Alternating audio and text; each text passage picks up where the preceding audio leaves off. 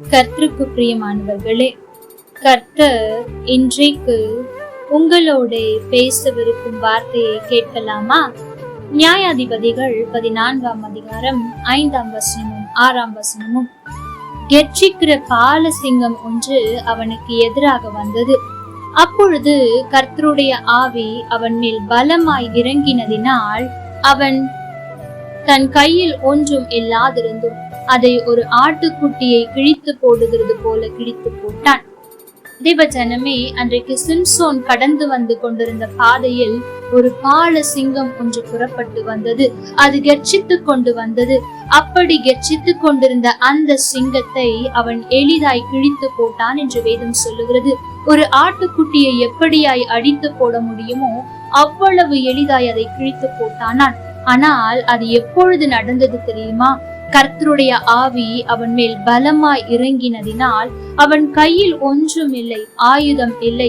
அந்த சிங்கத்தை அடிப்பதற்கு தன் கையில் ஒரு கம்பு கூட இல்லை. ஆனால் அந்த கெர்ச்சிக்கிற சிங்கத்தை அவ்வளவு எளிதாய் ஒரு ஆட்டுக்குட்டியை கிழித்து போடுகிறது போல கிழித்து போட்டானாம். தேவஜனமே, இன்றைக்கு நீங்கள் கடந்து வந்து கொண்டிருக்கிற பாதையிலும் கூட இப்படிப்பட்ட காரியங்கள் கெர்ச்சித்து வந்து கொண்டிருக்கலாம். பிரச்சனைகள் கெர்ச்சித்து வந்து கொண்டிருக்கலாம். போராட்டங்கள் கெர்ச்சித்து வந்து கொண்டிருக்கலாம். அல்லது சில மனிதர்கள் உங்களுக்கு விரோதமாக அநேக காரியங்களை எழும்பி உங்களை விழத்தள்ளும்படியாய் அநேக காரியத்தை உங்களுக்கு முன்பாக செய்து கொண்டிருக்கலாம். அதை பார்க்கிற போது நீங்கள் எப்படி அளிக்கிறீர்கள், அதாவது ரியாக்ட் செய்கிறீர்கள் என்பதை சிந்தித்து பாருங்கள். அன்றைக்கு சிம்சோன் கெர்ச்சித்து வருகிற சிங்கத்தை பார்த்து ஐயோ சிங்கம் வருகிறதே என்று பயப்படவில்லை. அந்த நேரத்தில் கர்த்தருடைய ஆவி அவன் மேல் பலமாய் இறங்கினது என்று வேதம் சொல்லுகிறது. தேவ ஜனமே, இன்றைக்கு நீங்களும் அப்படிப்பட்டவர்களாய் இருக்கிறீர்களா? உங்களுடைய வாழ்க்கையில் திடீரென்று வருகிற பிரச்சனைகள், போராட்டங்கள், தோல்விகளை கண்டு பயப்படாமல் அந்த நேரத்தில் ஆண்டவருடைய பலத்த ஆவி உங்கள் மேல் இறங்க அர்ப்பணிக்கிறவர்களாய் இருக்கிறீர்களா என்பதை சிந்தித்து பாருங்கள். தேவ ஜனமே, நாம் நமக்கு வருகிற பிரச்சனைகளை, போராட்டங்களை பார்த்து பயப்படுகிறவர்களாய் இருப்போம் என்றால் நிச்சயம் ஆண்டவருடைய பலத்த ஆவி அசைவாடுவதை நம்மால் பார்க்க முடியாது. ஆண்டவருடைய பலத்த ஆவி செய்யும் அற்புதத்தை நம்மால் பார்க்க முடியாது. ஆனால் நாம் பயப்படாமல் நமக்கு விரோதமாய் வருகிற கெர்ச்சித்து வருகிற பிரச்சனைகள், போராட்டங்களை பார்த்து நாம் பயப்படாமல் இருப்போம் என்றால் ஆண்டவருடைய பலத்த ஆவி நம்மேல் இறங்கும். நம் கையில் ஒன்றும் இருக்க வேண்டிய அவசியம் இல்லை.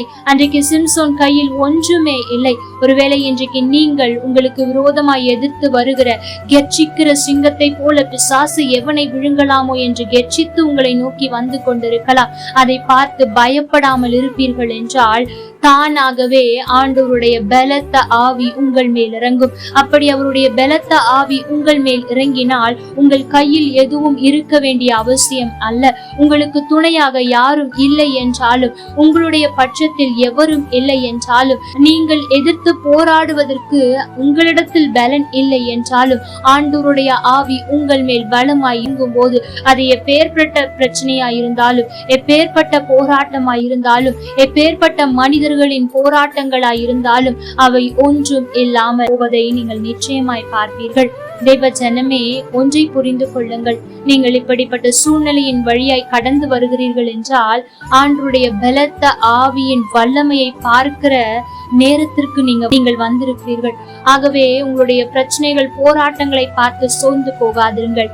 மாறாக, ஆண்டவரே, இப்படி கெர்ச்சிக்கிற இவை எல்லாவற்றையும் நான் பார்த்து கொண்டிருக்கிறேன். உம்முடைய ஆவியின் பலமான அசைவாடுதலை நான் பார்க்க வேண்டும் என்று ஜெபியுங்கள்.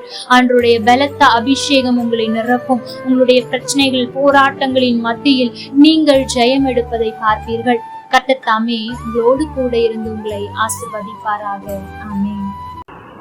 லைக் பண்ணுங்க, ஷேர் பண்ணுங்க, கமெண்ட் பண்ணுங்க.